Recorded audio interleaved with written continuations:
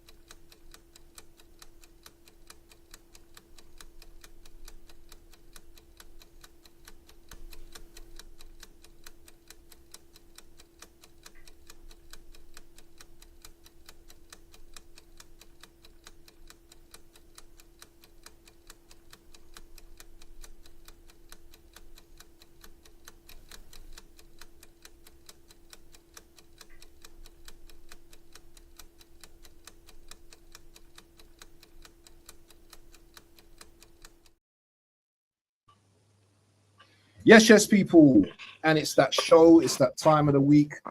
Monday Night Madness. We call it Monday Night Mazza. If you're in the UK, obviously, if you're Londoner like me, we call it the Mazza. You know what I mean? Like, you know what I mean? But anyway, people, yeah, we got some golden boys in the show today. Not the golden oldies. Got some golden boys in this show today, and believe me, I know Tony. When he gets into it, he's gonna be on a Mazza. BBK, well, you all know who BBK is already. You don't even need no introductions. Man like Craig. Are you awake today, Craig? Yeah. Yeah, man. You sure you got the energy? Yeah. You ready? You ready? Yeah. You got some heavyweights in the building today, yeah. But yeah, big up to Tony, my brother. How you doing, man? Yeah. I heard you're under the weather and stuff like that. Please don't get angry with me today, man. I'm asking now. Please don't get angry with me today, man. How you doing, my bro? Yeah, see, big ups everyone. Yeah, see, people, yeah, smash the like button, support each channel that you see down here. I mean, written on the description down below. It's nice to build my brother Waffle Don, of course, my co-host here, and of course, it's good to see Craig again in the mix, in the building again, bro. And again, people, yeah, we're welcoming our brother, yeah, BBK Sports, down to the channel. People, it's big, it's huge. It's nice to see our brothers who are doing great things, and people see BBK Sport Job. Before we start up the show, see, man, I should tell you, you're doing great on your channel, man. It's nice to see. Of course, we could have creative differences, yeah, but again, when you see people that actually do stuff on their channel and do it well, you have to give the kudos. Big up to you, BBK Sports. Everything you put into that channel, man, thumbs up to you. And of course, Waffle Don. I mean, the way you're doing on your channel too, big ups to you, man. I mean, no one sees the kind of hard work you put it down there than me. I see the hard work you put it on your channel, bro. You know, mixing family life and everything. Big ups to you, bro. Big up to you, BBK. Kudos, Craig. Let's get it cracking. Let's get it cracking. Craig, what are you saying, man? How's you went to the game yesterday, the Arsenal-Wigan game. So maybe we touch on that first, and then we get into some other stuff during the show as well. So maybe touch on the Wigan game quickly first, because you know what? We all know we was going to beat Wigan, so it weren't going to be a tough game. But you went to the game, you were at the stadium. So just give us a little rundown of what you thought of the game. Looking at the players, the body language, the fans, the atmosphere. Get into it, man. I was watching the warm-up yesterday. I was recording on my phone as well. I was watching the warm-up yesterday. I was watching Ezeh, Norgard, and Skelly in the warm-up. And both of them, they were just looking sharp in the warm-up. Like, Ezeh looked like he wanted the ball, taking shots, paying some good passes around the box, like in the warm-up, in the triangle. You know, and he was looking very good as well. Norgard had a couple of good shots as well against the goalkeeper, and he looked very sharp as well. So when the game started, when I saw Ezeh got the ball and his first pass was straight to Martinelli for the goal. No, not Martinelli. Madueke. Edwin Madueke for the goal. Like I said, yeah, this guy is on it today. Like, you know, I think like when we spoke about on Saturday for other podcasts on Saturday, like I could tell that he just needed an arm around, managed to give him an arm around him and help him out. And I think Arteta did that to him yesterday. Gave him the free rein and said, "Go and express yourself." And that's exactly what he did yesterday. Expressed himself very well. He got 2 assists. Norgard got the other assist, and Norgard looking very good in that midfield yesterday.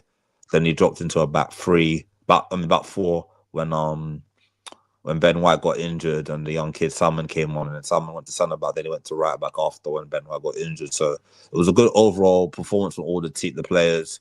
Saka and the number 10 all looked very good as well. Different position for him, first time playing there. It looked very good there. So maybe something we could try in the future. If it worked yesterday, you never know, it might work again. So if it needs to be, then you can always try it in some games if it needs to be. But Madueke looked sharp. Saka looked sharp. Who else? Jesus looked sharp yesterday as well. Gyökeres was very unlucky not to get a goal as well. He hit the post in the second half. But other from that, it was a good game to watch. Who was your man of the match, Craig? From your front row seat, who do you think was the man of the match yesterday? I think between Ezeh and Norgard yesterday. I think Ezeh and Norgard had a great game yesterday. I think but I'm going to give it to Ezeh. I think Ezeh had a really good game yesterday. I think that proving his critics wrong. Everyone's writing him off. Everyone's saying to wasted signing, whatever. But he proved his point yesterday, and I think I was very happy for him yesterday to do very well. So I have to say Ezeh was man of the match for me yesterday. I'm sorry, man. Is everyone writing Ezeh off? Is everyone writing Ezeh off? I think the manager has. Nah. I'm talking about the fan base, the supporters. Well, Tony, you know that the majority of the fan base, correct? You know that because I want to understand when you say he's been written off. From what page, what book?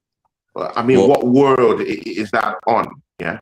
Well, I honestly feel the reason why I said he's been written off because like some fans it's split. Some fans saying that he's not producing. Odegaard should start ahead of him, but watched him yesterday because he's a guy that wants to do well for Arsenal, wants to win trophies. I feel like he needed more minutes, needed more confidence.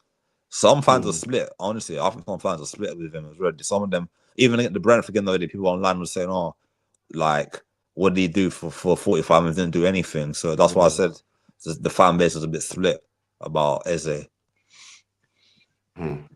I mean, that's a big one. I mean, BBK, yeah. I mean, we'll see going to, my take on that game, your take on the game. But again, let's present this Ezeh topic here as something that everyone can go around with. Of course, Wafu done, BBK. But BBK, yeah, I want to hear from you. This Ezeh issue, what is the problem?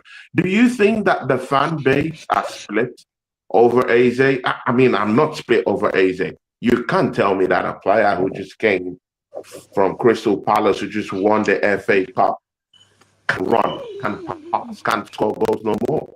Someone who scored a hat-trick against Tottenham Hotspur, someone who single-handedly defeated his former club for Arsenal Football Club, suddenly can't play ball again. I mean, where are you on this Ezeh thing? Yeah, I'll tell you exactly what's the Ezeh issue. The issue at hand with Ezeh is Mikel's want for control directly conflicts with Ezeh's need for freedom of expression. It's very difficult for those two things to coexist. Ezeh is a player who needs to be free to express himself. Yesterday, he felt freedom to express himself. He didn't receive the ball and then decide to make a back pass. And look where he picked up the ball for both those goals. He is in their half. He picks up the ball. He skips past the man. And if you watch, and Craigie, you see games, you go to games, you will know this. Madueke makes that run every time. He always makes that run.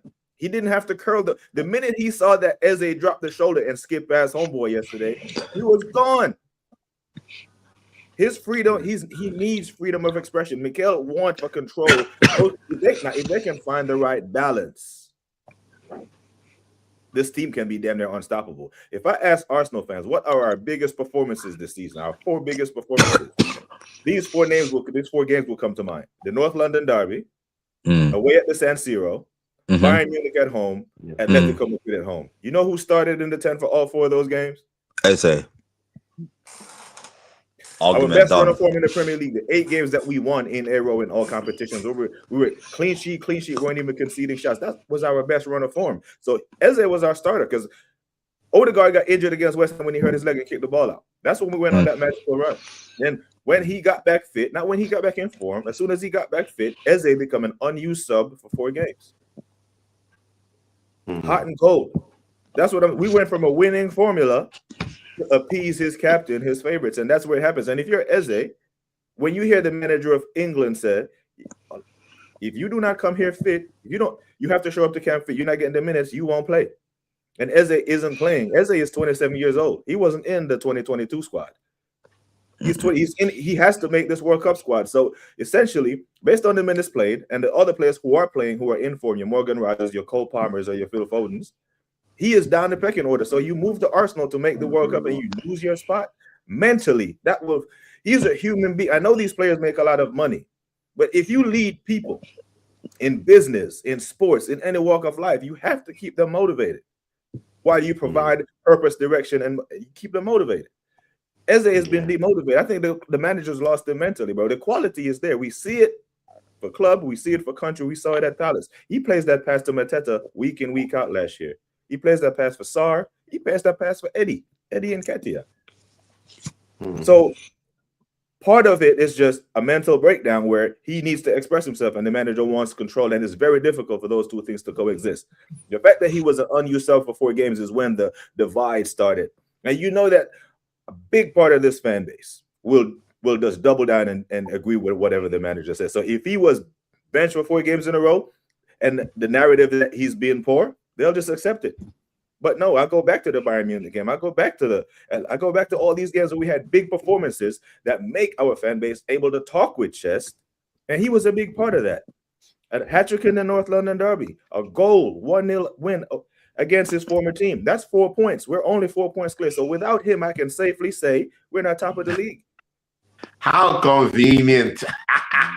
We're not. The way you just threw that together. I mean, totally agree with you. Waffle done. Waffle done. You have to chime in on this Ezeh talk before we go into what really happened in that Wigan match. Innit? Waffle done. What do you think? I'm gonna speak on this from a different angle. So we know Ezeh, his main attributes, he's a moments player, innit? So he can change a game just like that, just like that. And you can see what he done yesterday against Wigan. Fantastic, brilliant player. The problem that I want to talk about is the way Arteta has treated him. That's my problem with the manager. From one mistake at Aston Villa to being, do you know what I mean, literally castrated, you know. BBK, did you say 4 games? I thought it was 9 games. Is it 9 games that he didn't? I don't think it was up to 9 games. I think he was an unused sub for 4 games before he 4 got 10 games. All right, okay. Sorry. I got that wrong. So, and it takes me back to his first game when he played for Liverpool as well, where, and I've documented all of this, where Arteta he's kind of criticised him. He's got to score and all this kind of stuff as well, So, from starting your career at Arsenal, you're already because when players come into Arsenal, they want to impress, innit? And this manager already, the way he is already, when I mean impress, you want to be able to be like, everything's cool with the lads, everyone's cool, I play my game, the manager tells me what to do, I do it on the pitch and all that kind of stuff. I get all of that. Do you know what I'm saying? But Ezeh, for me, Ezeh's not a flamboyant show-off type of guy. He's a spiritual guy. He's married, children, and all that kind of stuff. Yeah, he's very, seems kind of like a very kind of peaceful type of dude. Yeah, he's not gonna be making up noise. Yeah, if he's not being played, he's not that. He doesn't seem to be that type of character. But one thing, what he has that we all can agree with, is he has attributes. I would say a lot of attributes that are better than Odegaard. He doesn't go hiding in games. He's a forward-thinking player in terms of he wants to get the ball forward. He's got a great shot on him when the opportunity shows itself. And I think in the next 10 or so, 12 games, whatever we've got left, I think he's going to be playing more of an important role in the team. But what the problem is, and I've said this in the group, guys, it's the profile of player, and this is what I have a problem with the manager, because I feel that now that Odegaard's out of sync now, Arteta's got nice things to say about Eze now, yeah, because he had a good game. He's got nice things to say about him. So Eze, I just want him to just prove the manager wrong, you know, because you see how this manager can make people feel at times. Yeah, he's like, this player's not putting the right effort. This player's not doing this. This player's not doing that. But that's wrong. That's wrong. You've put him in a system. Yeah, you're supposed to use him to his best abilities. Yeah, not force him to be in that system where he has to be running back, doing this, doing that. Come on, man. That's not what Eze's strengths are. It's not being in the box defending. It's not trying to head balls out from corners. Those are not the strengths of Eze or Odegaard. So why are we? And I get that you have to do some type of defensive duty at times, but those are not their strengths.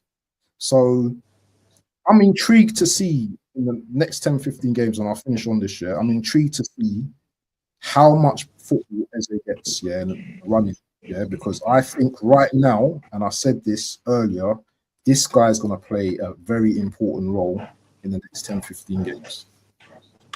BBK, yeah, take it up from there. That weekend matchup, yeah. What did you think? Because of course we went off on what Craig said about the matchup and of course about Eze. So that's why we had to delve into that Eze stuff, yeah. But again, just before you go into that your weekend game, does everyone here on the panel agree that Eze should be able to start up the matchup against Wolves?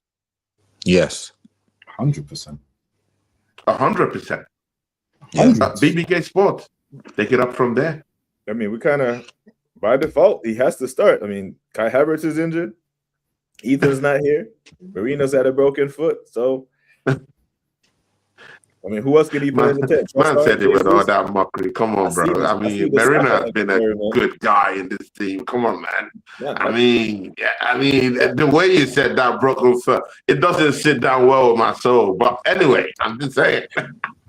Yeah, I mean, he should start. He absolutely should start. Like I've said on many occasions that I don't believe a world exists where Eze should be a backup for Odegaard. It should be the other way around. You know? Yeah. Really so how did you see that game against Wigan in the FA Cup? Yeah, I mean, I fully expected us to win with heavy rotation. I was excited that Eze got his start, got his goal. Take the opposition away, and here's this thing that going around social media. It's only Wigan. It's only Wigan, right? I'll tell you what. It was only Salford away at the Etihad. And they gave Man City a hell of a game. They had to bring on Ballon d'Or Rodri. They had to bring on Semenyo and Gehi and all these men. And they started strong. And they are a League Two side. They're further down the pecking order. So I don't want to hear ish about it's only Wigan. Imagine if we had shit the bet on this.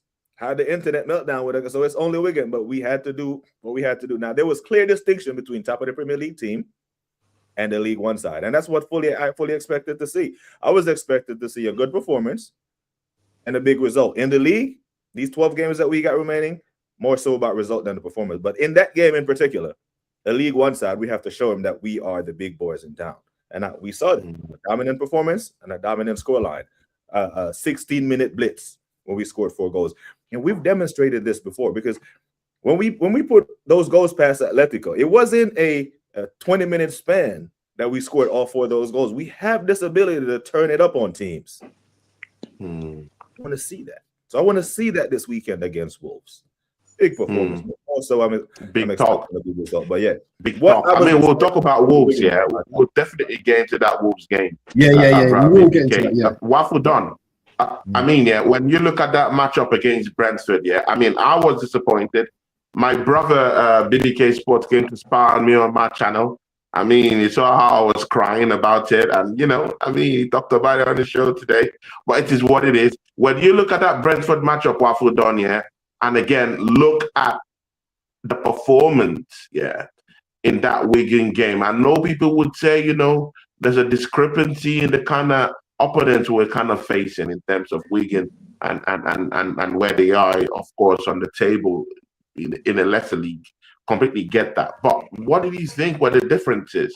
What players made the difference? I mean, we had Craig, he talked about Madueke, but again, I still do think that there were still some individual performances that I saw in that game that you could actually latch on to Mars Lewis Kelly drifting down the middle. We saw what he did. I really liked how he kind of occupied that space. I really like Northgard. I mean, people, let's flip this shit over.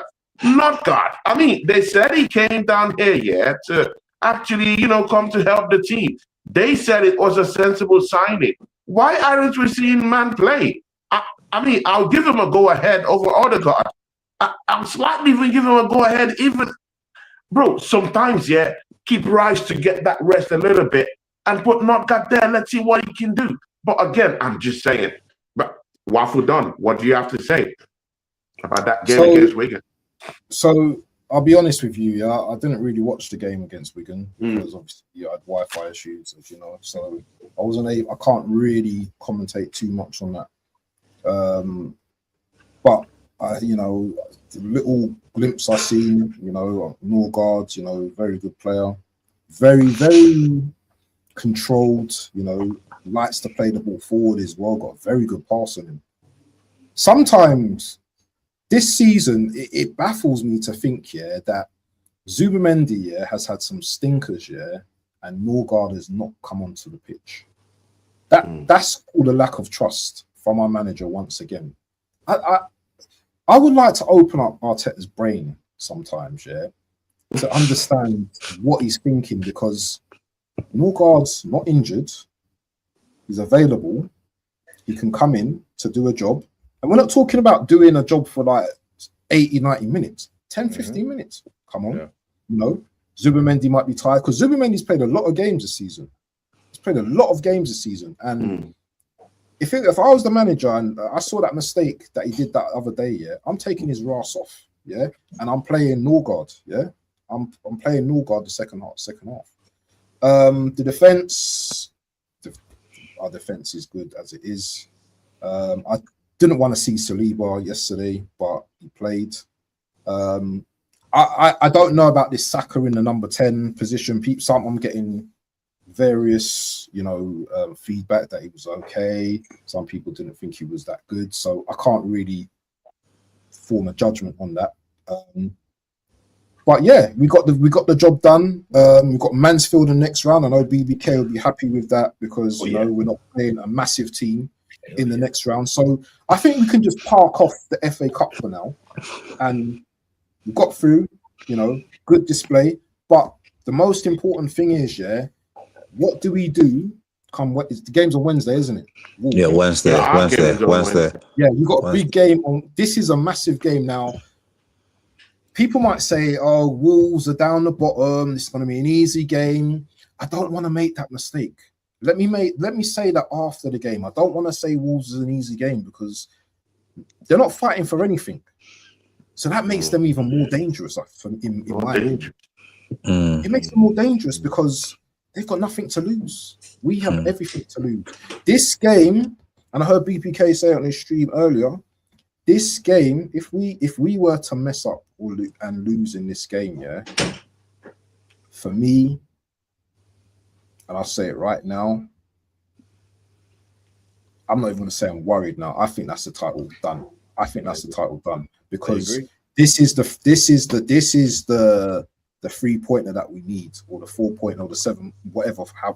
We need to stay in front of these guys, And if we go with this mentality, because what's going to happen is, that first half that you saw against Wigan, you might not see that against Wolves. You might see us going back to default settings, Rice, Zubi, whoever, and you might do that.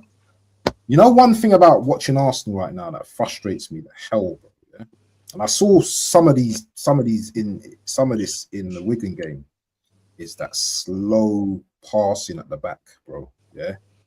Take your time, Saliba. Look up. No, I'm not gonna pass. Let me pass it back to this player. I can't stand that type of football, bro. It's just so boring to watch. Yeah, people can say it's the control thing, but for me, I don't enjoy watching that football. And if we're gonna be like that against Wolves, then I don't know, man. I really don't know. I don't know what you man. Again, waffled on. I mean, this is why I like to slow it down a little bit and get to look at it, holistically. Yeah, Arsenal is one of those teams, that this teams, devise different means on how to play against us. We are that team that they always want to put 10 man behind. We are that team that they always want to, push around physically and do all sort of hocus pocus plans against us. Just look at the game that Brentford played, on the day. Yeah, there was a lot of pushing in the boxes. There was a lot of physical play, lots of fouls that went, on red by the referee.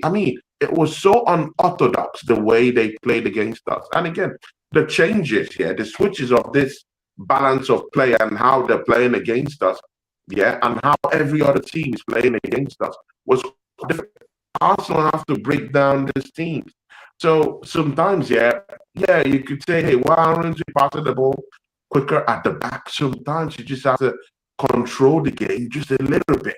Have a little bit of control, and figure out how to break the teams, because teams are playing in very different ways, different shapes against Arsenal. Even the low block teams are redevising means on how to actually, hit us on the counter attack. Not just a totally controlled low block. Sometimes they have to shift into a mid block also, catch us on some certain kind of transitions. So again, it is what it is. Look at Brentford keeping how many teams this season has actually taken up to at least 4 or 5 shots on goal against Arsenal this season. I can't count, bro. I can't count more than 5 teams that have done that, even 3. I struggle to count 3, but Brentford did it. So these teams, they come in different shapes and different forms and different ways, multifarious ways of playing us, that we have to really think and control the game just a little bit, break it down just a little bit to be able to find a way to break them down. But again, I hear you. You ought to be passing the ball quicker. I hear it, but sometimes, you have to take it slow just a bit to kind of figure out the kind of opponents you're actually trying to play and know how to actually bring out countermeasures to break them down.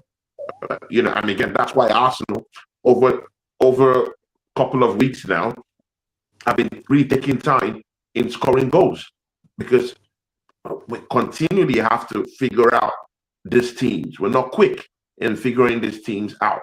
We have to figure them out probably maybe after the first half, then we'll now come up with a goal. We saw a delay in a goal scored against Brentford. We saw a delayed goal in the last one we played before the Brentford game. Lots of delays.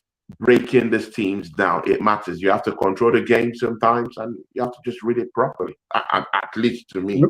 Let me ask you a question. Before we go into that Wolves game, Waffle Don, I'm shocked no one was talking about Mosquera and his performance yesterday. I just have to check that in. I look at spaces that many other people don't want to look into. The other day, I was having a skirmish with Lee Gunner and Northside LDN about Martin Zubimendi, and the flack is taken because of some couple of mistakes he's made in the team this season. How many mistakes has that guy made? Just 2 mistakes. This guy has been the guy that has started in that number 6 area. Has protected our defense. We're first in the Champions League, first in the Premier League. We're in the finals of the Carabao Cup. We've moved now to the round 5 of the FA Cup. This guy has been tremendous to those feats that we've reached this season, because he has marshaled us to that season. The best midfielder in all your mouths could be Declan Rice. But you know what? If I could just flash out at you guys, Martin Zubimendi actually has better numbers than Declan Rice this season. Slack me all you want, he has better numbers than Declan Rice this season. I'm not saying that Declan Rice isn't the best midfielder. I'm not saying that. But I'm saying that the guy you rate so highly in the team, in our midfield, actually has someone who has actually trumped him in all ramifications this season. Are you talking of positions off the ball? Are you talking of goal scoring? I mean, he's played lesser games than Declan Rice this season. He's played 34. Declan Rice has played 35. He scored more goals than Declan Rice this season. Declan Rice has scored probably maybe only like 3 goals this season. Zubimendi has scored about 6 goals this season. Interceptions, multifarious interceptions. His interceptions trumps what Declan Rice has got. I'm not taking away what Declan Rice has done for us this season. I'm just saying that we have a midfielder who just popped up from Real Sociedad in his first season and is giving us equal numbers or has even trumped what Declan Rice has done this season. So, I mean, he could always, just like what BBK Sportero is trying today, he could still be given that one season to still, season it out through the end of the season. Then we can clearly assess. But it's just that when we play games, people like to just extricate the fact that Zubimendi is a tremendous player in this team in his first season. Outscored Declan Rice, most interceptions, pops up in different positions that I would naturally like my number 10 to actually pop up at. Like Odegaard, he doesn't pop up in those positions. Yeah, it takes snapshots. I mean, we're always begging for a midfielder to just situate himself just outside that 18-yard box and take some certain kind of snapshots. I'm not seeing anyone do that apart from Martin Zubimendi this season. If there's any other midfielder doing it, please, I would like to hear that. Mosquera, what a game yesterday. Yeah, it's just nice to just see this kind of players that were just brought into the football club do their thing. Yeah, calm, composed. He's always been composed every time he's played for Arsenal. Little mistakes here and there, in that game. I mean, in the game where he slept up, was it not against Manchester United or so? But again, no, Newcastle. It was Newcastle. Yeah, something like Newcastle. that. Yeah, but again, it's just nice to just see him just play. I mean, with that confidence, his move on the ball, how he handles it. I mean, we just have to herald what we have right now. Mosquera, what a game yesterday! What a game!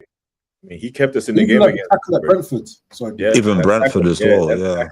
Yeah, exactly. Mosquera got thrown into the fire. He got thrown into the fire at Anfield when Saliba got injured during the warm-up. Right? Remember that? Remember that one? And did well there. Right? That's when he earned the moniker Mosquera. He has done well. He may be the unsung hero of the system because not everyone can step into a Premier League chasing team to replace one of the best center backs in the country in Europe in Saliba and perform well. There's pressure there. He's young and he's done well.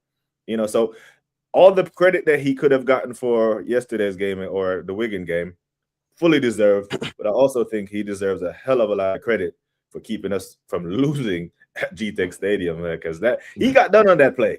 He got done and made up. That's the mentality you want from a defender. Okay, you done me on this play, but you better get that shot off because I'm coming.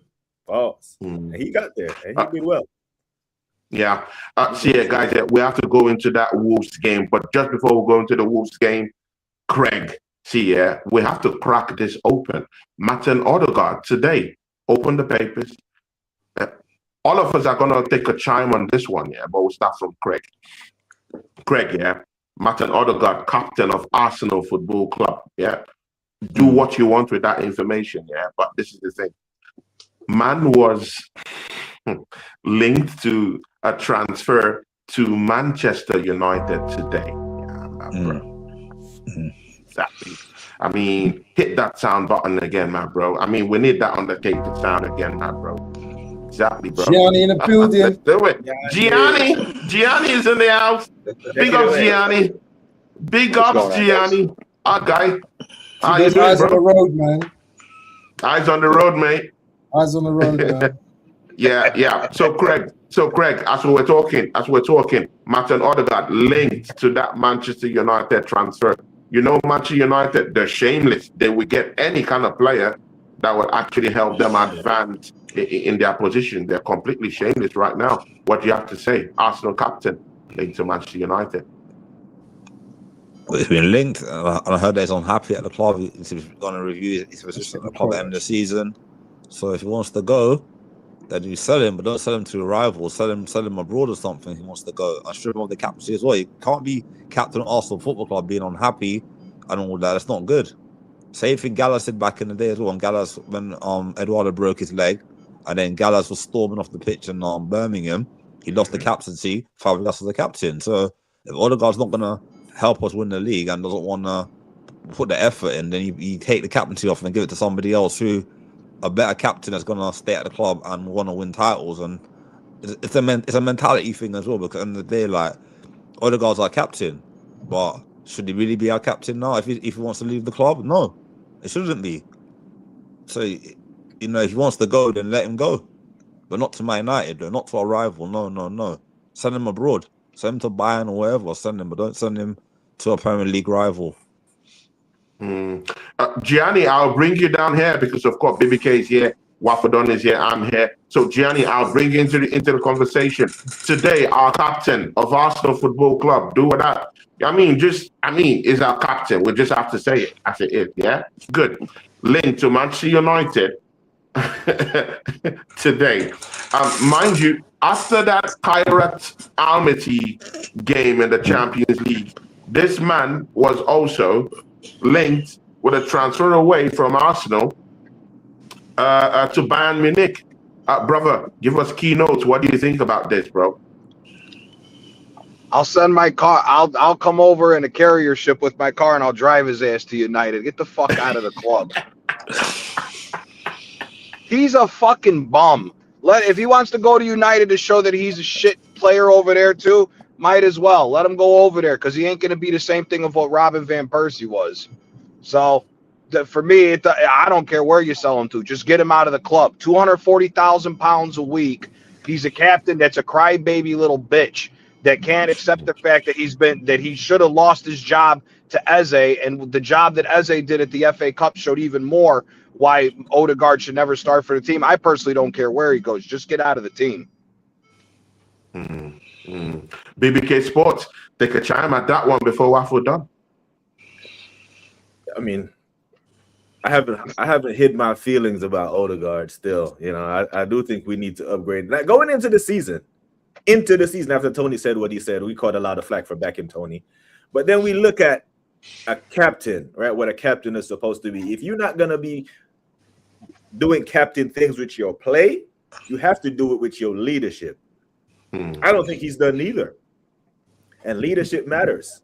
Not just in football, in your work, but in your household. There's no leadership in your household. Your household is upside down, bro. It matters. So he's not performing in either capacity. And I've said this on Shane Guna's channel when I said, at the time, if you look at Patrick, when Patrick was captain of Arsenal, you couldn't find 3 DMs in the world who was better than him in his position. Facts. At Arsenal, you can find 2 or 3 players in the squad that are better than Odegaard in his position. These things are problematic, you know. And if we're in a semi-final at home to play for your first trophy in 6 years, and you have your captain that you can't play because he compromises your ability to get to a final, that's a problem. So I give Mikel credit for dropping him in that second leg, you know, and I give Mikel credit for dropping him when he needs to be dropped. But it's where there's smoke, there's fire, right? I think the fact that we're being linked to Tonali at the same time where there's rumors about him leaving the club, there's smoke, there's fire. And you know, if we can upgrade on him, we'll upgrade on him. What we play for him, 35 million? Yeah. Tell him for more than that. But the problem is, and this is where it's problematic, Craig, the money that he's on. The money that he's on over 200, isn't it? Yeah, the money that 240 or 245,000 pounds a week. He don't deserve that. And that's the thing, Craig. That's the problem, because only Premier League, typically no team will pay that, bro. Type of wages. Bro, there is no team that's gonna pay that, bro. Unless it's but here's the thing: we got Odegaard a while ago. So the fact that when you look at how money works, when you transfer out and transfer players in, it's 5 years is the maximum. Chelsea was doing the madness, signing players for 8-year contracts, and they stopped it. It's 5 years. So if his books are paid, it doesn't matter if you take a loss on him or not. If his books are paid off, it's a profit. So if you get 245,000 pounds a week off, and you still sell him for 15 million because you got to take the loss on the profit, it doesn't matter. The bigger thing is that you got that fat ass contract off that you can use for transfer money. So either way, it doesn't matter when it comes to that. He's got to go regardless. Everybody has seen, and I actually have a question for all you guys. Do you think Odegaard being unhappy is because of the fact that he's been found out he's not that good of a player? Or do you think it's more so the fact that his father, Arteta, is basically put him out to dry, hung him out to dry, and trying to deflect any responsibility for himself for how Odegaard's play has gone to shit because of the change of how we've played over the last 2 years? If he's unhappy at Arsenal, he has zero self-awareness. Zero. Because he has been given a free reign. We see other players get benched for stuff that he gets away with. So we talk about players not being given a run of games, right? Ezeh, you go out there, 12 minutes against United, 9 minutes versus Liverpool, another 11 minutes versus Forest away. Odegaard that started, he has been given plenty of time, plenty of rope. And if that was Mikel's strategy the whole time, fair play. I'm going to give you all this rope. If you want to go hang yourself. But it's going to be out there for me to see because the fans clearly see. He wasn't benched in the semifinal for no reason, bro. It was because the manager knew that the chances of us going through was better off with him not being in the team. That is a problem for your leader. Maybe it's more hyperbolic and will make more sense and will stick more if we take away and just don't say captain and refer. You're the leader. That's what a captain is, right? And on March 22nd at Wembley, it is not going to be smooth sailing, gentlemen. I promise you. They hate us. Yeah. So there will be a rough patch during that game. Who do you trust to lead you through that? A Gabriel, a Declan Rice, or Odegaard? Declan Rice or Gabriel, to be honest with you. More Declan Rice. Declan Rice is the cap. I think Declan Rice should be our captain anyway. So agreed. But again, Mikel-Arteta has turned this situation into something that could also become a big, huge problem at Arsenal Football Club. I mean, you can look at that game, the Brentford game, when Odegaard came back into the pitch. I mean, he wasn't given the captain handband. He wasn't given the captain handband. So something is wrong. If your captain isn't representing the football club in terms of his leadership qualities, in terms of his efficiency on the pitch, you should be able to stand up as a manager of the goddamn club and say, you know what, you are not an effective leader, and neither do you even play week in, week out. In like for the whole 90 minutes. I want my captain to be someone who's on the pitch for 90 minutes, backing orders, directing the team, and galvanizing and motivating this team to win games every single day of the week. So, Odegaard, I'm going to have to strip that captaincy off you. Bro, it's very easy. You don't even have to be, you don't even have to be a big guy to actually say these things in the room. If Mikel-Arteta is as tough as people say he is, it should be something simple to say. I want my captain to be someone who is always on the pitch, leading the team and motivating the team. Odegaard, I'm stripping you of the captaincy. Gabriel Magalhaes, I trust you so much. Please hold on to this. Or Declan Rice, who is always playing in every single Arsenal game this season, has leadership qualities, can motivate the team, very effective, backing out orders, Why don't we strip him off that captaincy and give it to him right now, because we are in need of leadership? Can I chime in there quickly, Tony? Go. Yeah, do you remember when he stripped Aubameyang of the captaincy? Do you remember? Facts. Do you remember? And what happened to Aubameyang after that? He got kicked out of the club. So he can do it if he wants to. It's up to him. It's up to him. And if he doesn't do it and it costs us to win anything, then that's his job gone. I can't see him not staying. I can't see him staying if he doesn't win anything this season. He's under a lot of pressure now, so he has to do something that's right for the club and right for the fans as well. So if he strips Odegaard of the captaincy or don't play him and plays Eze more, and Eze gets more goals and assists and wins us the title, win them 12 games, and win us the title, then it's fully justified that he dropped Odegaard. All of us will be saying, you know what, on our podcast, that, you know what, he made a right decision to drop Odegaard, and we went on to win something because he made a tactical, not just a friendship thing. He did it because he knew what he had to do, the right thing for the club, and he did it. You know what I want to say about Odegaard, yeah? And none of us on the panel are saying we hate Odegaard, yeah? So anyone who wants to get on their high horses thinking this is Odegaard hate, it's not. It's just constructive criticism, and it's opinions based on what we've seen. First and foremost, Odegaard has become injury prone. I don't think now, all of a sudden now, his body can handle the Premier League. I know it's crazy, isn't it? You know, 15 goals in one season, you know, I think 8 the next or whatever. But you can see that he's deteriorated this season with the injuries that he's picked up as well. One problem that I have with Odegaard, and I think a lot of you probably will agree with me as well, is that in games he goes hiding quite a lot. There's been some games this season where he's gone hiding. Yeah, that game in Man United where Zubi had the ball, he was hiding. He didn't want to come into midfield and take the ball off Zubimendi. And this kind of thing, yeah, it affects everyone when you see this, because it's all good to be nice on the ball and have all that flair and look, you know, really silky on the ball and stuff like that, yeah. But you've also got to have something. You've got to have something that's going to produce something after that. We've seen the likes of Cherky. We've seen the like of Morgan Rogers. You know, Bruno Fernandes. Yeah, they're all players that take risk in the final third. They pick up the ball. They may dribble, but they always are looking for the forward passes. You can even include Ezeh in that as well.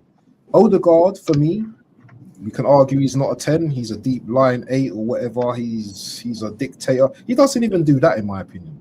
He doesn't do that because he just slows the game down. And I hear what Tony was saying about the control thing. I get that. But he slows the game down, yeah, to a point where players don't even want to move. Players don't even move because they see Odegaard. He's going to get the ball. He's hold it. He's going to look up. He's going to sit down, turn around, do the, you know what I mean, hokey pokey and turn around. That's what Odegaard does.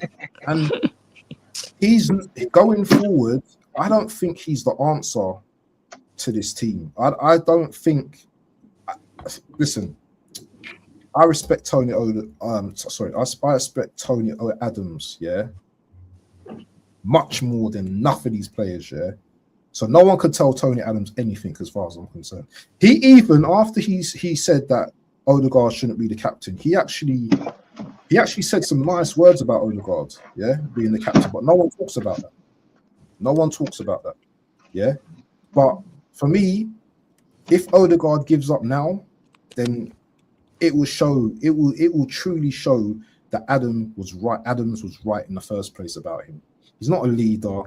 He doesn't lead the men, yeah?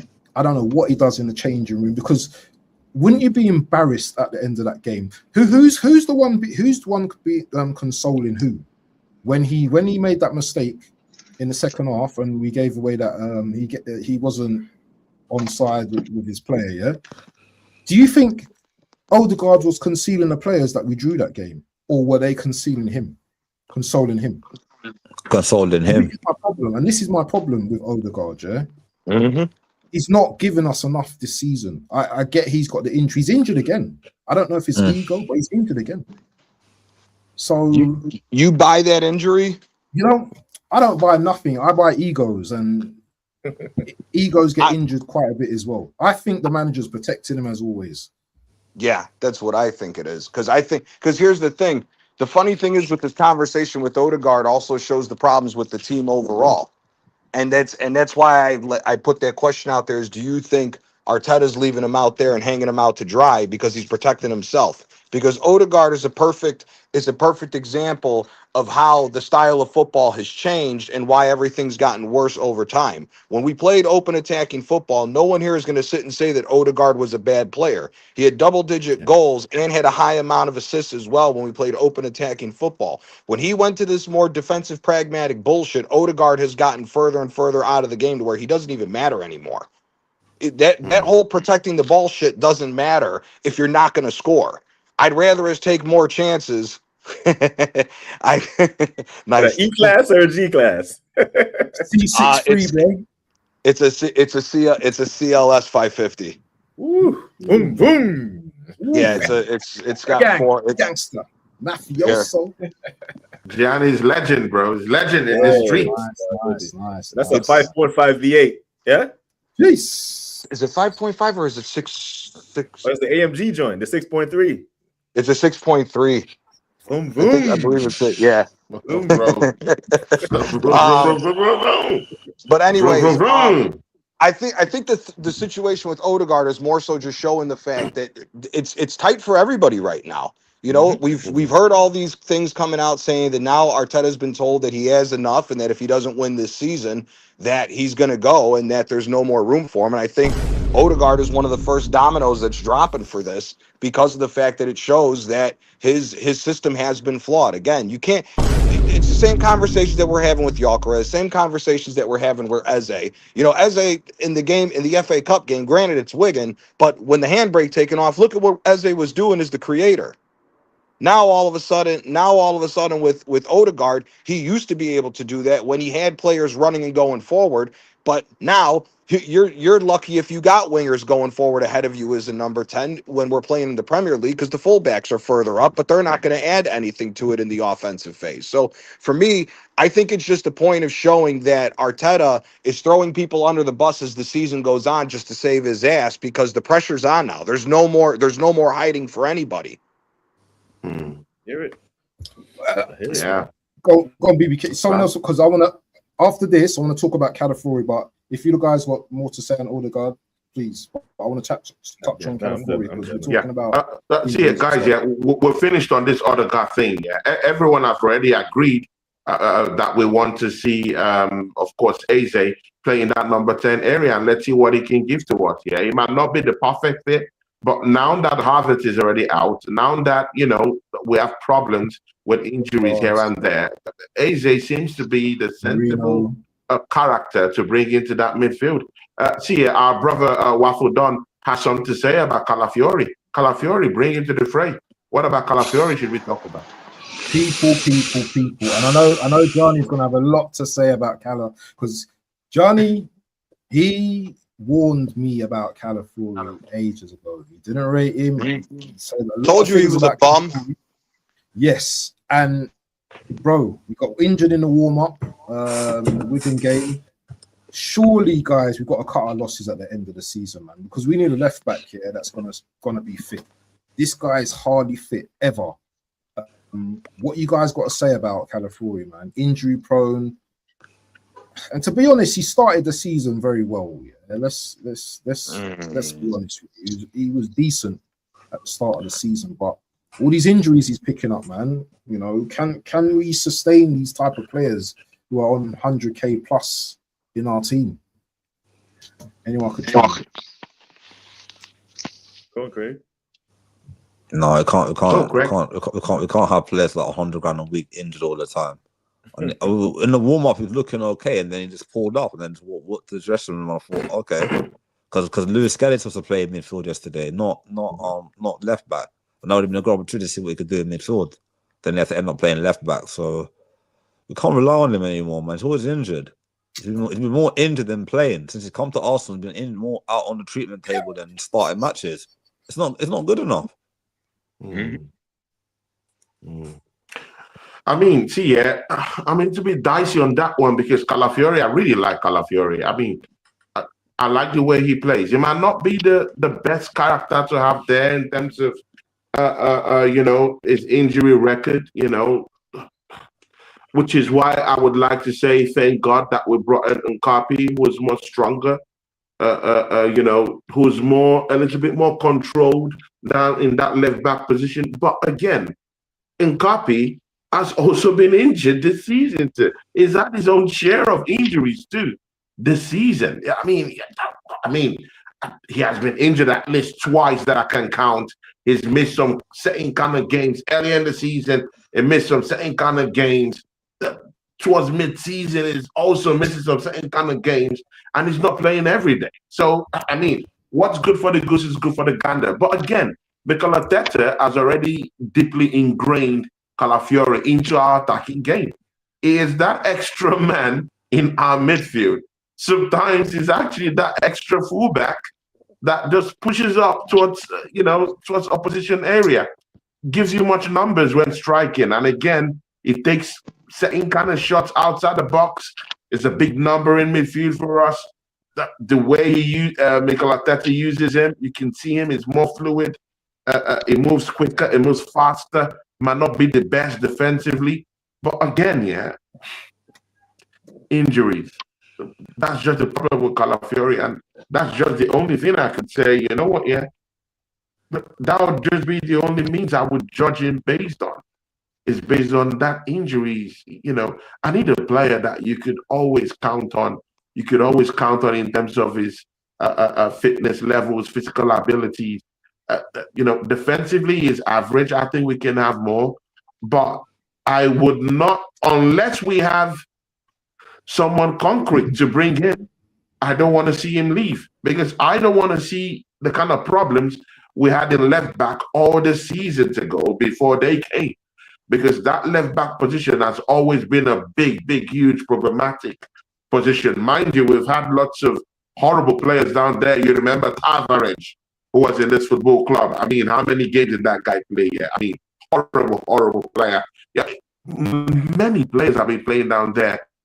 Injuries. Who else? There was just the Scottish guy. What's his name? Kieran Tierney was always there.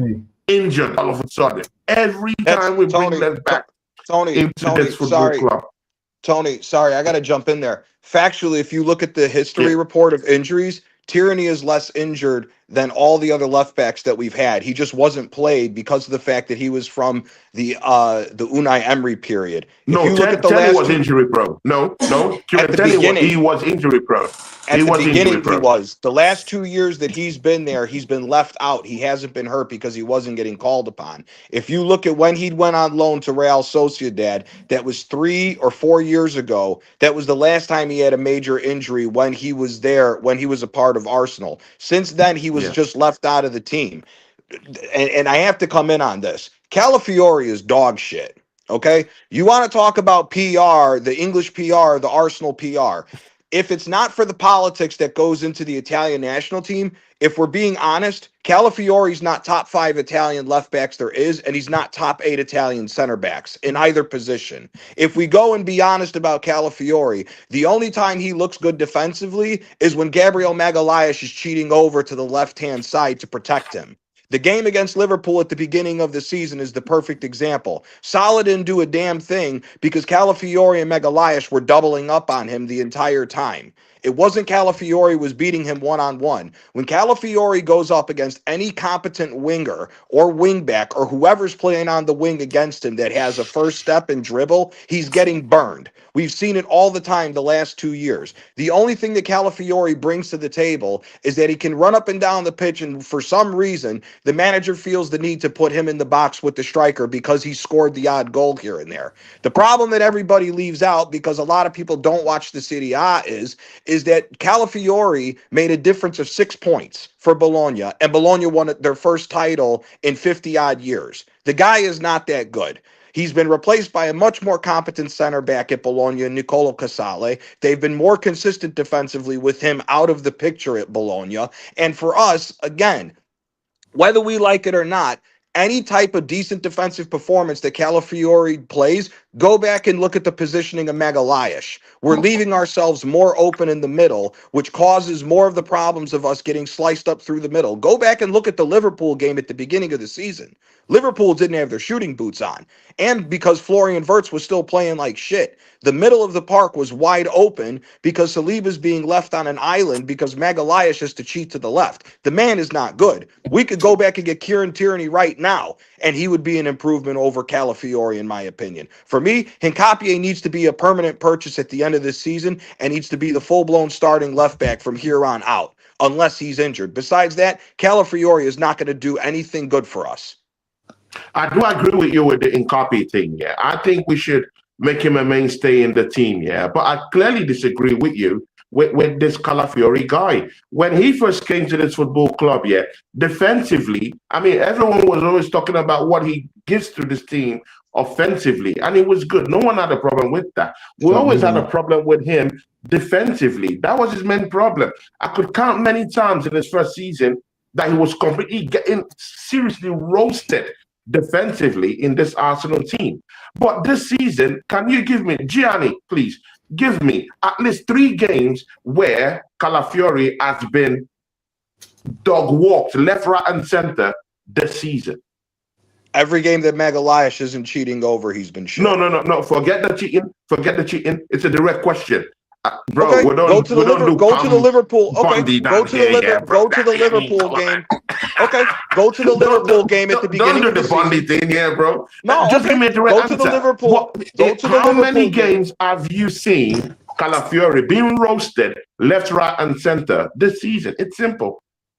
Okay, the Liverpool game at the beginning of the season, when Magalhaes doesn't cheat over, Salah torched him. All the shots that came from inside the box came from Salah servicing him because he got him one-on-one. When Salah wasn't one-on-one and it was Magalhaes and Calafiori, he passed it away and everybody gave him props but leaves that off. I believe, was it the Villa game, the first game, he was getting burned on the right-hand side by Daniel Malin's trash ass? Not really though. It was end-to-end game, transitional game. Brother, if Daniel Malin looks good against you, you're not good. If Daniel Malin looks good against you, you're not good. Let's be honest here. I don't care about calling out players. If Daniel Malin looks good against you, when that trash bum Evan Guisand was giving him problems for the starting rotation there, you're not a good player, bro. Terrible. I'm sorry. BBK loves him. Who's that? But again, Gianni, you've struggled to give me about 3-4 games. You've struggled to give me three or four games. I just gave you 2. If we keep going on, we can absolutely burned. Yeah. For the one you talked about, the second one, yeah, I give that to you. Yeah, it was absolutely burned. But even in that Liverpool game, it wasn't burned. It actually even helped out defensively more. But again, what I'm just trying to say is that this season, he has actually improved defensively. I'm not saying he's a top guy defensively. No, that's not what I'm saying. I'm saying that this season, he has improved defensively in as much as he has also helped us out offensively too. Is a big fabric. It's been interwoven into this big fabric of what Mikel Arteta wants to do offensively. Yeah, that's a mainstay. But defensively, he's improved this season. And again, I mean, you can talk about all these things about Calafiori. How old is he? How old is Calafiori? It's not like he's in the prime of his career. 23, 24. 24. He's a young player. You see, got time in that Italian team. You see, have time to improve as a player. But again, this is one thing I absolutely know is that his injury is a big problem, Gianni. That I share with you.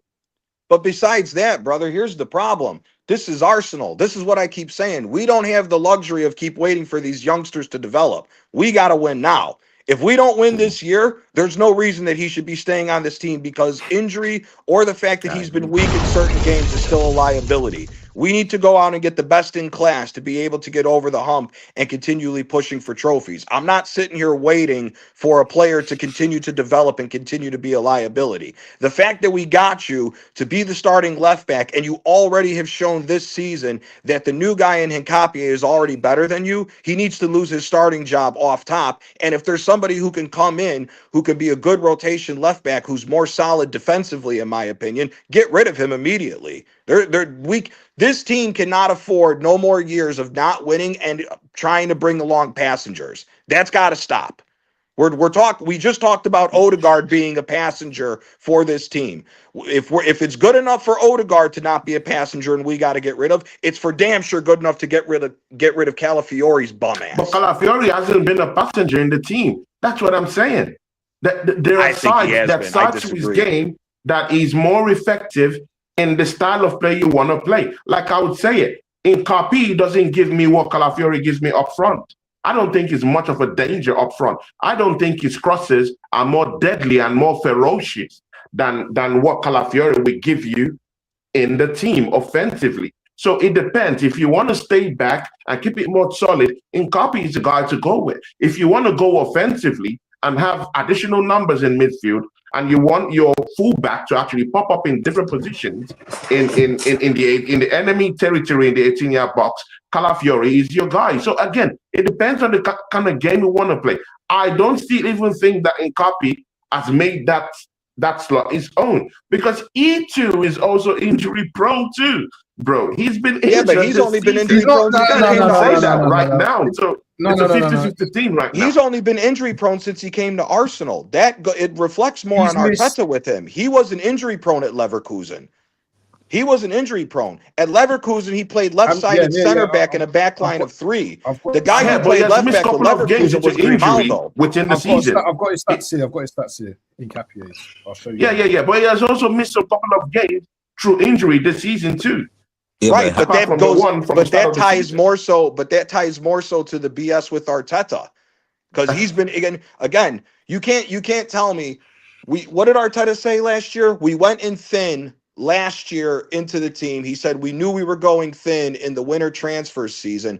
I think Shane Gooner, shout out to Shane Gooner, put it on his show this morning. We're talking 116. We're talking 116 injuries to this squad since the start of the 2024-2025 season. That is inexcusable. That's on the manager. Sorry. Go on. Sorry, where's Johnny? I'm still here. Oh, sorry. Okay, So I was just saying, Tony, that's not injury prone, but go on in Capier. I'm obviously not in Capier. Go on, John. Sorry, man. But no, for me, I think the fact that Hincapié has come in and gotten injured is more so speaks volumes to the situation with the training and everything that Arteta's been doing, more so than what it was. Again, at Leverkusen, the man was a workhorse for them. He didn't miss that many games for Leverkusen overall in his career. It's been more so with Arsenal where the injuries have gone up. Yeah. I mean, here, look. Yeah. We're talking 7 days because of coronavirus and 19 days as far as an injury, and that's it. Everything else as far as that, his major injuries are Arsenal. Yeah. So it speaks volumes for more so Arteta. And again, I mean, the situation with Calafiori with injuries, the only thing that I'll give Calafiori the benefit of the doubt is why are these guys still getting injured in the warm-up? If they're injured going into warm-up, they shouldn't be playing. 100%. 100%. True. But again, just before we leave that topic here, please, does anyone think that left back position already belongs to Nkapi? I think so. Everyone here. I think so. Already. Think so. Yeah, I think he got an assist against. I think we still need a left back. You know. Yeah. I'm saying between Hincapié and Calafiori, it belongs to Hincapié. If we go out and go get another left back, then yes, it's back up for the draw. Because like what Tony said, yes, Hincapié is more of a solidified defensive left back more than it is a blend of going forward. But we can't. Again, it also ties into the manager. Hincapié as a left back should not be all the way up the pitch the way that he is. That's just the way that I prefer fullbacks. I'd rather a fullback come into the midfield when I know I'm solid. Same thing with Timber. I don't want Timber going forward because Timber gets hurt for the amount of mileage that he's running up and down the pitch. I'd rather have Timber and Saliba. I'd rather have Timber, Saliba, and Magalhaes set up as a back line of three, pushing Hincapié up a little bit to be in the midfield to aid in the defensive part of the midfield, and just take the handbrake off and let everybody else do what the hell they want going forward. You do that, there's much more solidity in the back line, protecting your goalie and protecting us from giving up any goals, and it's more free-flowing football going forward. Well, definitely we've gotten our answers. Yeah, people. See, BBK Sports, we have Wolves coming up on Wednesday. Everyone will have to answer to this. And again, people, it's good that me and Gianni have a little bit of a back and forth. Yeah, that's what the show is all about, people. Yeah, that's what it's all about. Big time energy, and I respect Gianni. He respects me, and it's all good down here. Tony, one thing quickly before we talk on Wolves. Yeah. We've not mentioned Noni. He's got 3 goals in 3 games, and whether it's the opposition or whatever, are we going to give him his flowers tonight? Because no one's mentioned Noni at all. And does he start against Wolves on Wednesday? Yeah. What's your thoughts before we go into the Wolves game and the lineups and stuff? I would love to see the same. I would love to give Noni a start if we're going to do the same thing and see Ezeh and Saka in the midfield together, to be quite honest with you. I think Saka looks much better in the middle because of the fact that he's already more dangerous being in the center of the park. And let's all be honest here. Saka's biggest weapon was his first step and breakaway pace. He hasn't shown that that's still there. So if we're going to need him to score goals, put him in the middle. Open the play up a little bit more.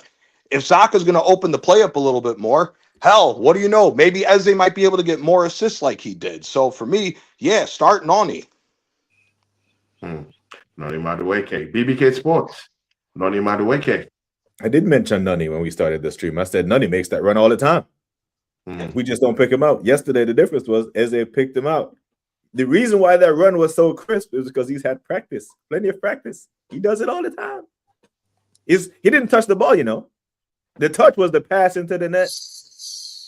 It was beautiful, bro. It was football porn. Beautiful to watch. But Noni, like I told, I said, like Noni, when he was when Saka got injured with it was hamstring earlier, I'm saying I want Noni Madueke to play so well that Bukayo Saka has a hard time getting back into the team. Because if that's then Noni is banging, we're doing well. We seen him bang a brace midweek versus Club Brugge and was benched at the weekend versus Wolves. You know what I mean? So Noni is a guy that he needs a run of games while he is confident. This in and out stuff kind of hurts him. We know that Saka is going to come back in and play big minutes anyway, but I'm not sure. 45 minutes versus Wigan in the 10 is not a big enough sample size for me. I guess I need to see that against Premier League oppositions. This could have been just literally a moment of Arteta just saying, just go have a run out because what's his name got injured. But because it's Arsenal and Saka's in the 10, is going to make news. Bro, Sky Sports literally had a 2-hour segment this morning on this shit. On Saka. Yeah. A 2-hour segment. Sky Sports of when they went back to 2021, the last time he started in the 10 when he was behind Lacazette and Pepe was over there. You know what I mean? I get it. He has the attributes to play in the 10, Bukayo Saka does, but Ezeh is a better 10. Now, if he's going to play 2 10s, fair play. But that means either Declan Rice or Zubimendi has to sit. This game coming up against Wolves, we know that we're going to have 68, damn near 70% possession of the ball. So we don't need 2 defensive players. So if you're going to play 2 10s, fair play. Do it. But Ezeh has to be one of them. You can't just put Saka in there. Then all of a sudden, Arteta, what you doing, bro? Imagine if Saka's in the 10, but a lone 10 against Wolves. Now, all of a sudden, we would look at the team and say, okay, Odegaard was his first choice 10. Then Havertz. Then he even tried Mikel Merino. Sometimes he brings him off the bench before Ezeh. Now he wants to move the right winger to 10 before he plays Ezeh. Then it's a bigger problem. Then Odegaard is out the team. He's out of form. Now Ezeh, who demonstrated that he can play in the 10 at a high level, is behind Saka in the pecking order for the 10. That's a problem for me. But Saka can play. If you're going to play 2 10s, fair, but he can't replace Ezeh in the middle of the park. No, sir. I'm not. That's fuckery. See people. This is my conversation. I'm gonna make it quick and easy, people. Yeah, I mean, Waffledon is talking about giving flowers and all that good stuff to Noni Madueke. Bro, there ain't no flowers given to anyone. Go and get me the league. Go and get me the league title, bro. What are we talking about? Flowers? Bro, are we doing Valentine's? Bro, really? Seriously, bro? Are you serious, Waffledon? You're talking about flowers, bro? Are you serious? No. Go get me the league title, yeah? That's the flowers you give to me. Yeah? How about that? We all here, we need the league title, bro. You need to do more. I'm not okay. Damage. And again, yeah, and see what we've done, yeah, because he scored against Brentford and again against charlatans, Wigan, then we should dance and turn and twist and whine. No, do more. Do more. In this game against Wolves, go and prove people wrong. Do it again. Score more goals. Score 2, 3 goals. Let's see it. Because if we're looking at Noni Madueke as a player, yeah, the biggest criticism of this player has been his end product, bro. It has been his end product. Everyone knows he could, those 1v1s, those 1v2s. He takes on these players. Like BBK said, he has been making those runs. But the problem here that I have with Madueke is you need to be scoring 2 or more goals, bro, because it's in your wheelhouse to do that. Yeah. So as for flowers, I'm not giving him any flowers. I would just say, hey, I like the goals he scored, but no flowers. Go into that Wolves game and deliver. Score 1, 2, 3. Yes. And again, people, yeah, I think this thing with Bukayo Saka it's going a little bit more premature, people, yeah. This is Wigan we're talking about, bro. This is Wigan we beat. Yeah. It's not some title level team we're playing, Man City, and then he's slotting down the middle and then he's doing all that trickery. No. And actually, he didn't even score against Wigan. So, what's the basis? Yeah, of course, he's making good runs. Yeah, I hear that. But again, I'm not totally sold on that. When he turns up against tougher opposition, that magic would dry up like, it's going to dry up people, yeah. So what I would just say is, Eze is a more better 10 than Bukayo Saka. Yeah, he's proven it. He's proven it, again and again. He just needs that freedom, that lease of life to just roam around, and then you would see that number 10 is going to be on lockdown, even in this team. Because Saka, just stick to the right, my bro, and do your thing and score more goals and improving your gameplay. This number 10 position for Bukayo Saka, I think, is coming a little bit more premature right now. I also hear about this Zubimendi thing people are saying about him going into that number 8 position a little bit too premature. Let's keep him down there in that number 6. Do your thing next season. We'll see how far you can go. Mostly, if Odegaard is leaving the team and we could be bringing in someone like maybe your Tonali to just solidify that midfield, then you can now say, oh, okay, Rice, go, come back, double pivot. And then Zubimendi can also take his turn, and go. But with Odegaard there, it's useless. And right now, we don't even still really trust Eze right now because of his performances. So it is what it is. Let's just take it a little bit easy, calm down a little bit, turn down that narrative a little bit, and just play the players in their normal positions, and let's get a grip of what's going on first. Yeah, Tony, BBK's got to go at 8:30, so I just want to do a quick lineup, yeah, and then we can go and then we can tackle the AFC Ways comment. Yeah, so okay, people, Raya in goal, obviously, yeah. Start with Raya in goal. You lot spout out who you want in your team against Wolves on Wednesday. Who are we going with? The 3 of the back four pretty much pick themselves. Yeah. And Timber and them 2. So if Saliba's over his illness, he'll start. Oh yeah, Saliba. What, didn't Saliba play the other day? He didn't play against Brentford. He played yesterday. He didn't play against Brentford. He's still ill though, so Oh, okay. So Timber right back here.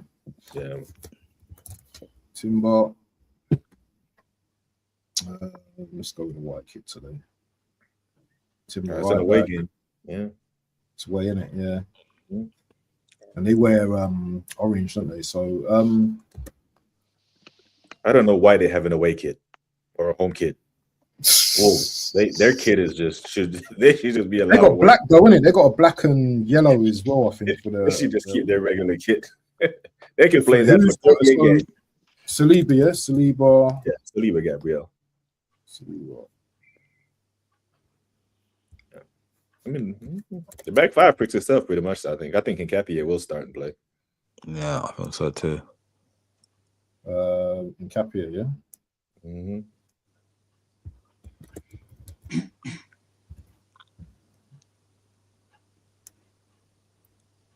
Zubi. Yeah, Zubi and Rice. Unfortunately, yeah. That sounds like a meal, innit? Zubi and rice, yeah. Hi, would you like the Zubi and rice, sir? Oh yeah. Coming up right. In the 10, as in the 10. Sure. Are you sure, Craigie? You know who our manager is. This is the Premier League game, you know. It's not but he's injured. Well, he's mentally injured, bro. So who else is going to play in the 10 then? As to play in the 10. You got Saka though as well, though, yeah. You got Saka. Saka. I got Saka there now, yeah. I would if I was a manager, I'll play the manager who's in form and Madueke is in form. That's how football is supposed to be. Not with Arteta, but supposed to be. You pick the man who's in form and Madueke is in form. To pick Madueke, Saka gets 45 minutes. He gets 45 minutes. Done. Because Saka's not fully fit. You can tell he's not fully fit at the moment. He's just playing through games. He's struggling. So you play Madueke first half and then bring on Saka second half. So Madueke, yeah. Yeah. So what was the whole point of playing Saka as a 10 then? Someone give me the reasoning behind that. Who else could he have played? Could he have played? Rice didn't play yesterday. Rice was on the bench. Mendes on the bench. Oh, right, Saka's okay. playing this game, bro. I'm sorry. Who's left? Trossard? Yeah, Bell's been playing well recently, man, to be honest. The thing is, though, you see, you know, with these players, yeah, you never know who's going to get injured in training, man. That's why BBK was saying the other day, yeah, like, you know, you can do all these lineups and stuff, yeah, but who knows what's going to happen. And then Gyökeres up front. Big man up top, yeah? Gyökeres, yeah. So, everyone happy with that lineup? I think Madueke is the whole bench. And Saka's playing, bro. I think Saka's playing. You think Saka's going to start? I have a funny feeling that Saka starts too. It's a Prem game. Yeah. I hope not.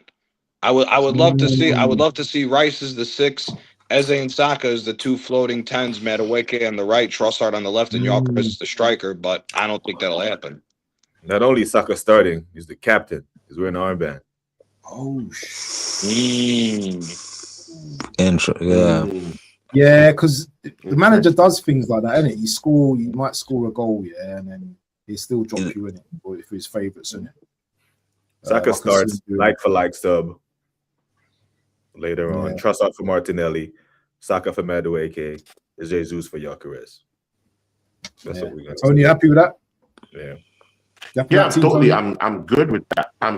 But again, if Calafiori is okay, I would like to see Calafiori there because I want goals. I want someone who would help our attack out. But again, it is what it is. Nkapie, I'm still okay with it, but I'll prefer Calafiori. Does Norgard deserve a shout for a start? Hey. He could to give them a breast. I mean, it is Wolves. We're talking about the team that's in competition for historically the worst Premier League team of all time. So you would think, but so the Zubi you put Norgard to the Zubi, yeah. I can't bother to change it now, but no, it's fine. mental notes. Listen, people. Yeah, I've got one more thing that AFC always been bugging me on today. Yeah, a devoted Arsenal fan holding his young son's jersey begged Arteta for an autograph as the manager walked to his car. Arteta looked over and said nothing. Got into his car. What a twat and a disgrace. What you got to say on that? What's your opinions on that, people?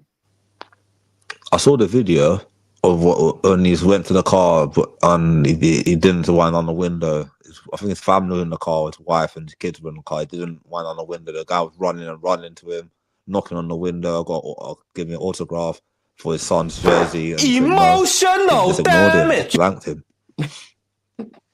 Just blanked him, just aired him, like, and then just drove off after. Anyone I'd else? like to say, right? I'd like to say, like, as a big man, as a grown man, ask somebody for an autograph once. They say no, just walk away. Don't embarrass yourself standing there begging. Come on, man. You know, and I'm not a public figure. I've never been, but I understand public figures making themselves completely accessible to strangers. There's some crazies out there, you know. Bro, crazies pop up in our chat room, in our comment sections all the time. That we have to block. You know what I mean? So, I mean, I get it. It's bad PR, but plenty of times fans walk up to windows of public figures and they roll the window down and they sign the autograph. Sometimes they just stop being bothered, man.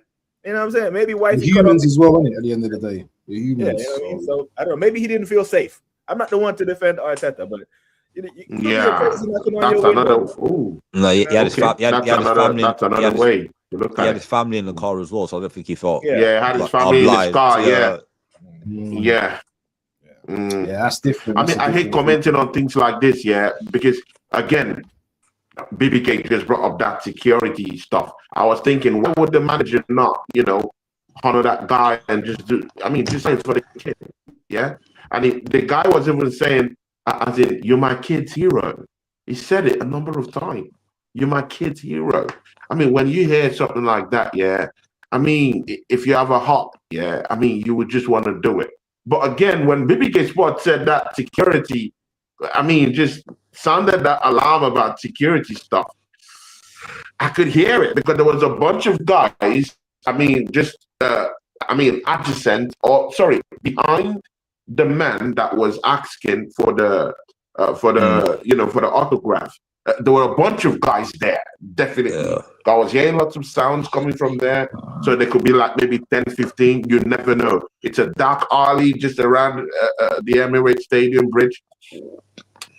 So, I don't really know. I'm not so really sure about, if it will be very safe for him to open up his window and do all that stuff, which is very dark down there. So this is what it is. I can't comment on all that stuff. But if it was me, if it was maybe, if maybe he didn't have his family there, maybe I thought it would be safe enough for him to open up his, his window and just do the thing. Right? But I heard that security thing. No public figure signs autograph 100% of the time. Some of them say no sometimes. This was one of them times. It looks bad. I get it. It does look bad, especially when there's kids involved. Now, if it was the kid, maybe he does. I don't know. It looks bad, but I get it. You know what I mean? And like Craig said, his wife was in the car. I know when I'm with my wife, I'm overprotective because that's listen. Your wife gets rushed out in public. It's your fault. No matter what. Exactly, bro. You know what I mean? So yeah. I agree, Gianni. I agree. So guys, we have to go. I have a show now, actually, with Oregon Gunner on my channel. So see ya. Let's talk about our channels. Gianni, do you have anything coming up on your channel, bro? I may be going live later, waiting for confirmation. If not, then definitely tomorrow I am doing my show that I've been doing, which is the who you would pay to see 11. I got Shane Gooner coming on tomorrow night, and then me and Waffle Don are working out when he's gonna hop on for that, and then Craig told me I'll get you guys on. I have BBK on. BBK's team is giving everybody a run. Is giving everybody a run for his money for the stuff he put together. So that's everything I got going on. I got a couple streams coming up this week, so that's everything I got going on. Thanks always, guys. And Johnny, please let me know if you want to come in to any of your shows. To be a honor to actually come down there. I like conversations with you, my bro. See, BBK Sports. I mean, after an amazing show today, man, that you did today, I was on your channel. I love every inch, every bit of that show today, man. I mean, big up to you. Oregon Gunner made it rain today. He made it rain today. He made it rain on this day today. I mean, tell us what you got coming up, my guy.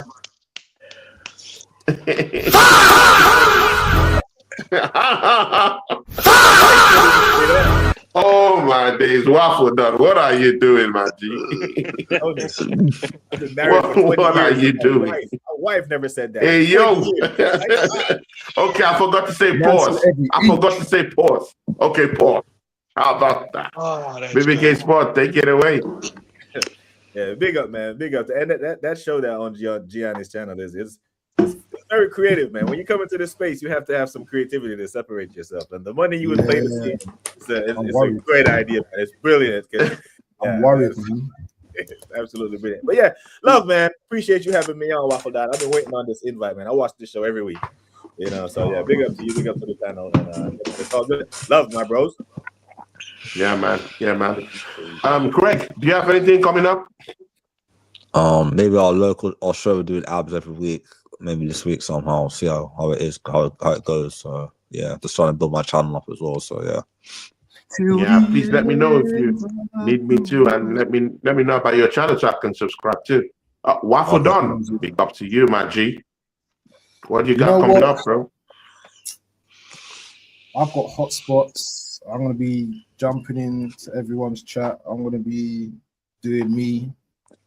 I don't know, man. I don't know. What do I usually have tomorrow? I don't know, man. You know me, man. I've got my shows. I do my thing. I've got my. I've got to tell people though, because not a lot of people know this yet. But I'm gonna be doing some Ramadan and football vlogs because all you guys know that Ramadan's coming up.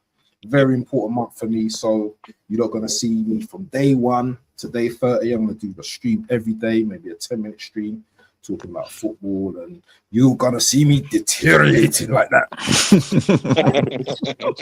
But yeah, I'm gonna be doing that. You know what I mean? Probably just giving the people, you know what I mean, a little bit of knowledge and. I mean, football talk, because football is what we love in it, and this is what brings us together and us community. I would love to meet all of you lot in real life, innit? Do you know what I mean? One day and stuff like that. And you know what? May the creator make it happen. But yeah, that's gonna be me. And then obviously you've got Kate, Mr. Pozzo, on Wednesday. Actually, he's coming back from Malta, so I don't know if we're gonna do a watch along on Wednesday. So yeah, that's what I'm up on. Craig, you listen. You see you, Craig. Yeah, you better not go hard. I know you, so make sure you're available. Yeah, that's what I'm on, man. What about you, Tony? Yeah, Big T. cool. Yeah, guys. Yeah, I have Oregon Gunner now. Immediately I leave the show. I'm moving down to my own channel for that show now. So Oregon Gunner has a lot to get off his chest today. So you know he's gonna be fair. He's gonna be angry, but let's see what he thinks about Wolves. Angry? You know, tomorrow I'll be I don't know. Tomorrow maybe I'll be having Josh True Good on the channel. Tomorrow. Josh. Yeah. Then on Wednesday. Send us some dimes over here, bro. Them dollars over here, bro. Okay, but again, I think on Wednesday I would be having a watch along, of course, for that matchup against Wolves, hoping that we'll win. And then you know Thursday, hopefully me and BBK Sports go on our show. You know, on Thursday. Same tomorrow. I'm bringing in the mouthy people. Yeah. The mouthy, yeah, Tottenham Hotspur fan, yeah, Deji Spurs, yeah, the Arsenal killer, the Tottenham Van Helsing. We're revamping our show. He's coming back to the channel, and he has a lot to say. He has a lot to say. So tomorrow, catch me in the afternoon with Deji Spurs. He's coming live on the show tomorrow in the afternoon. He's got a lot of tunes. 2 p.m. UK time.